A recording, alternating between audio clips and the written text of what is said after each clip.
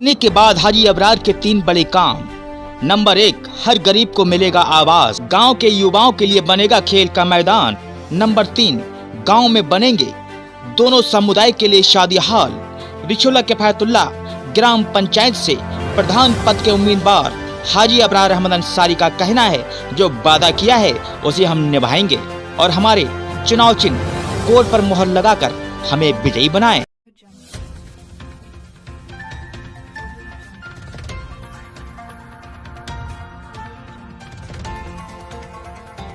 कारवां TV, हर पल आपके साथ। प्रत्याशियों को जिताने में कोई कोर कसर नहीं छोड़ रही है कांग्रेस। छत्तीसगढ़ के कैबिनेट मंत्री सभा को संबोधित करने पहुंचे हैं। नवाबगंज रिछोला गांव में कांग्रेस की जनसभा का आयोजन हुआ है, जिसमें शिरकत करने पहुंचे हैं छत्तीसगढ़ के श्रम कल्याण विभाग के कैबिनेट मंत्री शफी अहमद का कांग्रेसी कार्यकर्ताओं ने फूल मालाओं से स्वागत किया है। इस दौरान शफी अहमद ने सभी कार्यकर्ताओं का आभार व्यक्त किया है।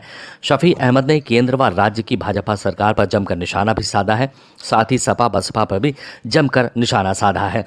उन्होंने हाथरस कांड को लेकर कहा है कि बसपा सुप्रीमो बहन मायावती ने इतने बड़े कांड में चुप्पी साध ली है, जबकि एक बच्ची के साथ दुर्व्यवहार हुआ है। बहन मायावती का एक भी बयान नहीं आया है, ये एक सोचने का विषय है।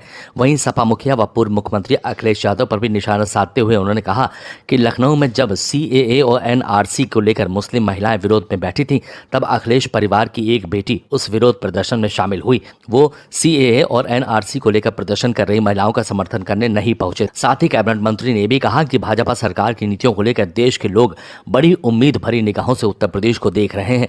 जब उत्तर प्रदेश में बदलाव आएगा, तभी दिल्ली में भी बदलाव आएगा। सभा को संबोधित करते हुए वार्ड नंबर 5 से चुनाव लड़ रहे शिक्षित व युवा प्रत्याशी मुख्तियार अहमद अंसारी के चुनाव चिन्ह गिटार पर मोहर लगाकर भारी मतों से विजयी बनाने की अपील भी उन्होंने की।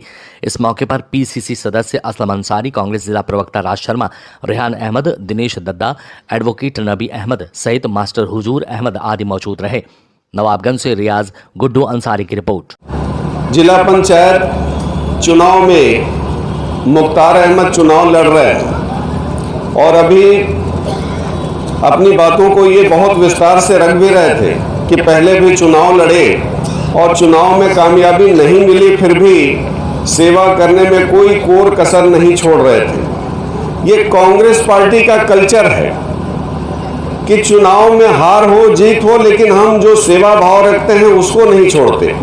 और इसका प्रमाण है कि अगर सोनिया गांधी जी चाहती प्रधानमंत्री बनना तो वो बन जाती, लेकिन पद की लालसा उनको नहीं थी और वो मनमोहन सिंह जी को प्रधानमंत्री बनाई। उसी तरीके से, लेकिन मैं एक बात बहुत अच्छे से समझता हूँ, अच्छा से अपनी राजनीति की शुरुआत मैंने की है और मैं इस बात को भली भांति अच्छे से समझता भी हूँ कि जिसको ज़मीनी हकीकत की जानकारी हो कि राशन कार्ड बन रहा है कि नहीं, वृद्धा पेंशन मिल रहा है कि नहीं, राशन दुकान खुल रहे हैं कि नहीं, बच्चों की शिक्षा अपने क्षेत्र में टीचर समय पे आ रहे हैं कि नहीं, स्वास्थ्य केंद्र सही समय पे खुलता है या नहीं, इन सारी चीज़ों की जानकारी मुख्तार अहमद साहब को है। ये बड़ी बात है कि इस क्षेत्र में वो मंजे हुए आदमी हैं और मैं आप लोगों से भी गुजारिश करूंगा, निवेदन करूंगा कि मुख्तार भाई को जिताइए और जिता के अपना प्रतिनिधि बनाइए। मुझे पूरा विश्वास है कि मुख्तार जीत के जाएंगे तो आप लोगों का सर ऊंचा करने का काम करेंगे। ये कभी सर झुकने नहीं देंगे, ये किसी से बिक नहीं जाएंगे वहां, बल्कि जिला कांग्रेस कमेटी के सचिव हैं, ये कांग्रेस के चिन्हांकित सदस्य हैं, इसलिए कोई ऐसी खतरा नहीं है। तो इनको जरूर जिताइए, अपना सहयोग, अपने दुआ से इनको आगे बढ़ाइए। साथ ही आज पूरे देश में जो हालात हैं उससे भी आप भली भांति उससे अवगत हैं, सभी जानते हैं टीवी चैनलों के माध्यम से, समाचार पत्रों के माध्यम से कि किस तरीके से भारतीय जनता पार्टी प्रदेश में और देश में काम कर रही है और पूरे देश के लोग बहुत उम्मीद भरी निगाहों से उत्तर प्रदेश को देख रहे हैं कि उत्तर प्रदेश में बदलाव आएगा तो दिल्ली में बदलाव आएगा। इसलिए आप लोगों की जिम्मेदारी बहुत बड़ी है। आप अपने बारे ही मत सोचिए, बल्कि पूरे देश के बारे में सोचिए।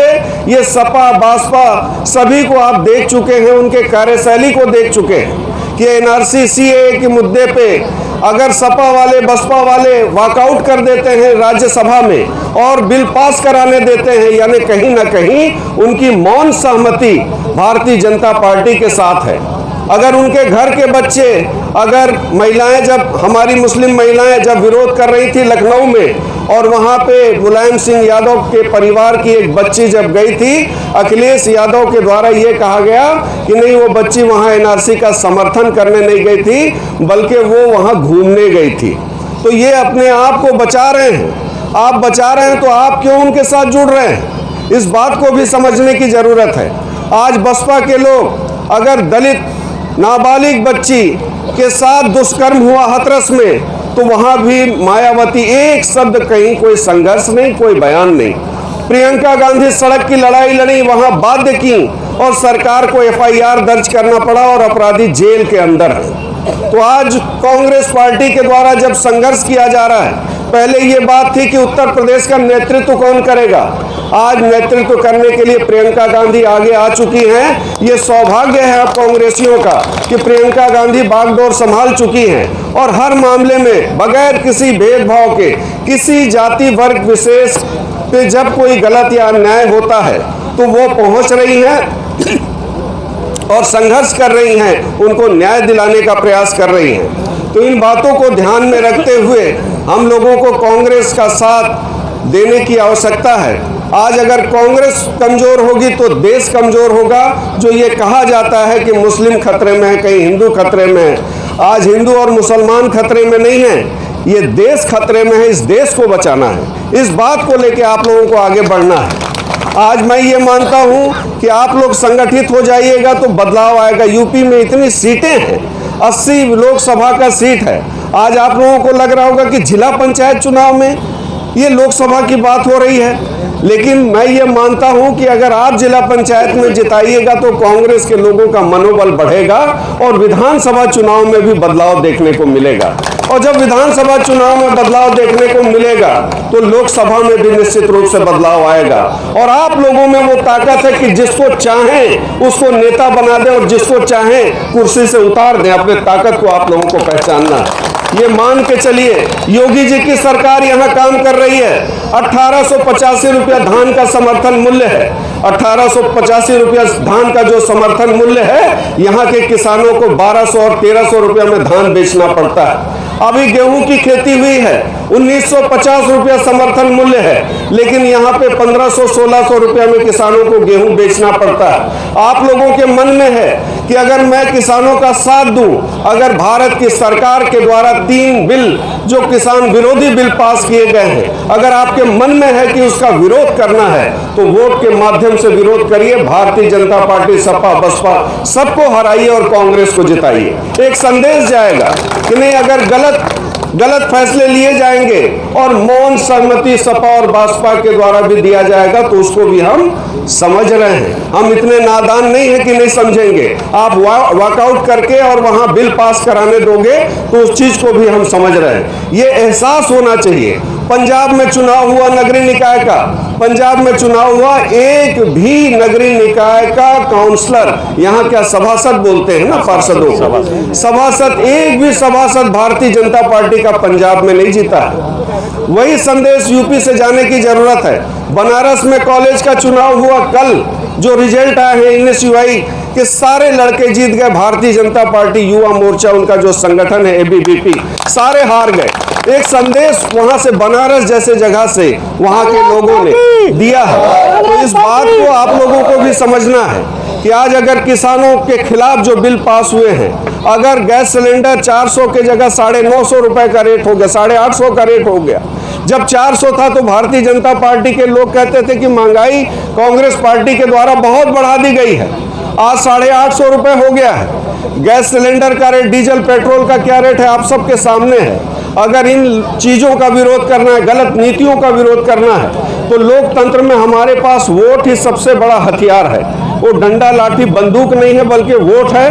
वोट के माध्यम से हम लोगों को विरोध दर्ज कराना है और ये भारत सरकार को और राज्य में जो योगी जी की सरकार है उसको भी बताने की आवश्यकता है। और आज मैं आप लोगों से गुजारिश करूंगा कि मुख्तार अहमद के पक्ष में अपने जितने नाते रिश्तेदार, भाई बंधु, दोस्त यार हैं, सबको बताइए, समझाइए कि कम से कम इस लड़के को जिता के भेजें और अपना प्रतिनिधि बनाएं और यहां से एक संदेश जाए कि हम कांग्रेस के साथ हैं। और मुझे उम्मीद है कि जरूर आप लोग पूरा सहयोग, अपना समर्थन जरूर मुख्तार अहमद को दीजिएगा। इन्हीं शुभकामनाओं के साथ कि मुख्तार अहमद को आप लोग जरूर जिताएंगे, अपनी वाणी को विराम देता हूं। धन्यवाद। जय हिंद। कारवां टीवी, हर पल आपके साथ।